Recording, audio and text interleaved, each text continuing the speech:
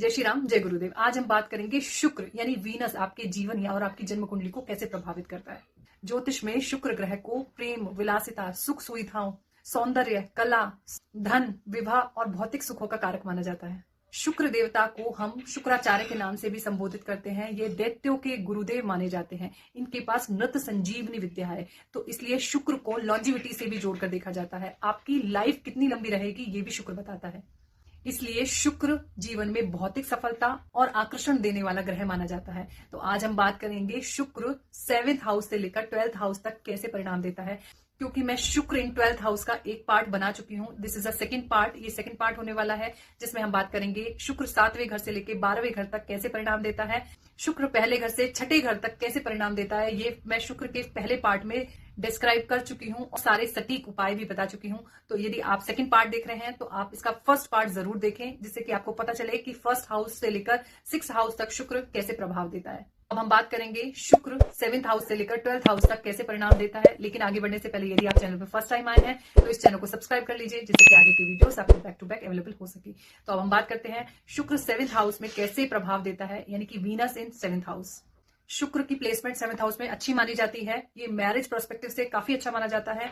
Marriage partnership और partnership के लिए भी ये काफी अच्छा माना जाता है। और ऐसा भी माना जाता है कि शुक्र यदि 7th हाउस में बैठता है तो विवाह से आपके भाग्य में वृद्धि होती है। शुक्र 7th हाउस में बैठकर एसेट्स, करियर, घर, मकान के लिए बहुत अच्छे योग बनाता है। बस शुक्र जब 7th हाउस में बैठे तो आपको कुछ चीजों का ध्यान रखना चाहिए। आपका डोमिनेटिंग नेचर ना हो, आपका बहुत ही मटेरियलिस्टिक नेचर ना हो, नहीं तो आपकी मैरिज पार्टनरशिप में प्रॉब्लम्स आ सकती है। अब बात करते हैं शुक्र यदि अष्टम भाव में बैठता है तो कैसे परिणाम लेकर आता है, यानी कि वीनस इन 8th हाउस।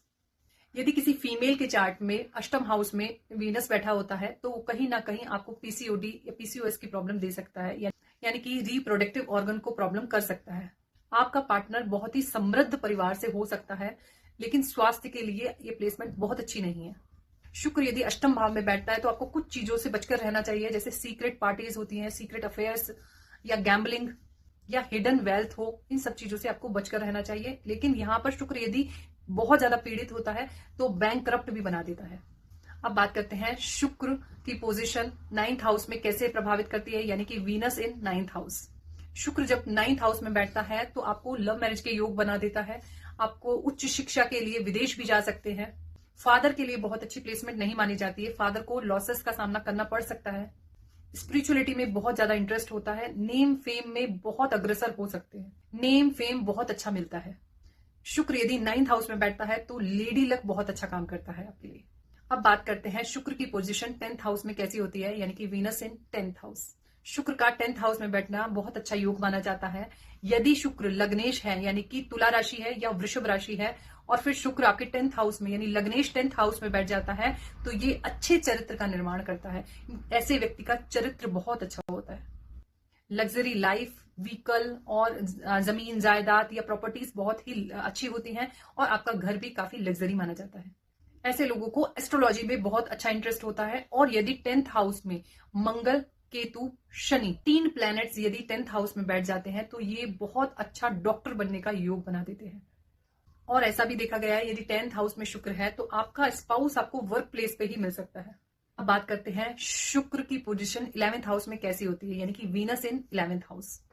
जिनके शुक्र 11th हाउस में बैठा होता है वो लोग बहुत दान पुण्य करते हैं और जितना दान पुण्य करते हैं उसी से वो लोग ग्रो होते चले जाते हैं।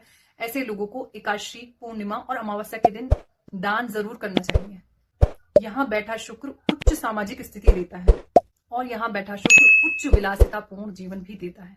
शुक्र जब 11th हाउस में बैठता है तो अपोजिट जेंडर्स से आपको लाभ मिलता है। यदि आप फीमेल हैं तो आपको मेल से किसी ना किसी प्रकार का लाभ मिलता है। यदि आप मेल हैं तो आपको किसी फीमेल से किसी भी प्रकार का लाभ मिल सकता है, क्योंकि आपकी सोशल नेटवर्किंग बहुत अच्छी होती है। तो अगर आप अपनी नेटवर्किंग को अपने बिजनेस में ऐड कर लेते हैं तो आपको बहुत सक्सेस मिल सकती है। आप स्टॉक मार्केट में अच्छा कमा सकते हैं, बट बस एक प्रिकॉशन रखिए कि एक्स्ट्रा मैरिटल अफेयर से आपको बचे रहना चाहिए। अब बात करते हैं शुक्र की पोजीशन 12th हाउस में कैसे परिणाम लेकर आती है, यानी कि वीनस इन 12th हाउस। जब भी वीनस 12th हाउस में बैठता है तो वो उच्च के फल देता है। यहाँ पर वीनस एक्सॉल्टेड माना जाता है। मीन राशि में वीनस उच्च का माना जाता है।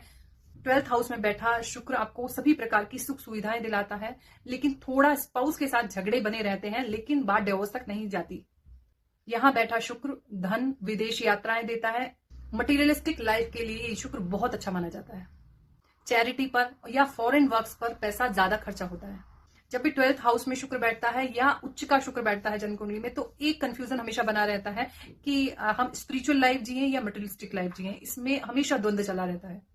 और जब 12th हाउस में शुक्र बैठता है तो आपको एक अल्कोहल या ड्रग्स से बिल्कुल दूरी बनाकर रखनी चाहिए, क्योंकि कहीं ना कहीं शुक्र यहाँ पर बैठकर इन चीजों के प्रति आपको आकर्षण पैदा करता है। तो ये थी प्रिडिक्शन 7th हाउस से लेकर 12th हाउस तक की। तो अब बात करते हैं शुक्र के सटीक उपाय। 6th हाउस का उपाय मैंने तभी बता दिया था जो 6th हाउस वालों को स्पेशली करना चाहिए। अब बात करते हैं सभी घर वालों को शुक्र के क्या उपाय करने चाहिए। ये सभी लोग कर सकते हैं, ये उपाय कभी भी बैकफायर नहीं करेंगे। सबसे पहले शुक्रवार के दिन श्री सुक्तम का पाठ करेंगे तो आपको निश्चित ही लाभ होगा। दूसरा, गरीब बच्चियां, गरीब लड़कियों की शिक्षा में हेल्प जरूर कीजिए। और तीसरा सबसे इंपॉर्टेंट और सबसे अच्छा उपाय है कि शुक्रवार के दिन मां लक्ष्मी के चरणों में गुलाब का इत्र लगाएं, तो इससे आपका शुक्र मजबूत होता चला जाएगा। तो आई होप ये वीडियो आपको बहुत ही इन्फॉर्मेटिव लगा होगा। इसी तरीके के इंटरेस्टिंग वीडियोस जो बेस्ड हैं एस्ट्रोलॉजी, न्यूमरोलॉजी और हनुमान जी की भक्ति पर, आप हमारे चैनल को लाइक कीजिए, शेयर कीजिए, कमेंट कीजिए और सब्सक्राइब भी कीजिए। तब तक के लिए जय श्री राम।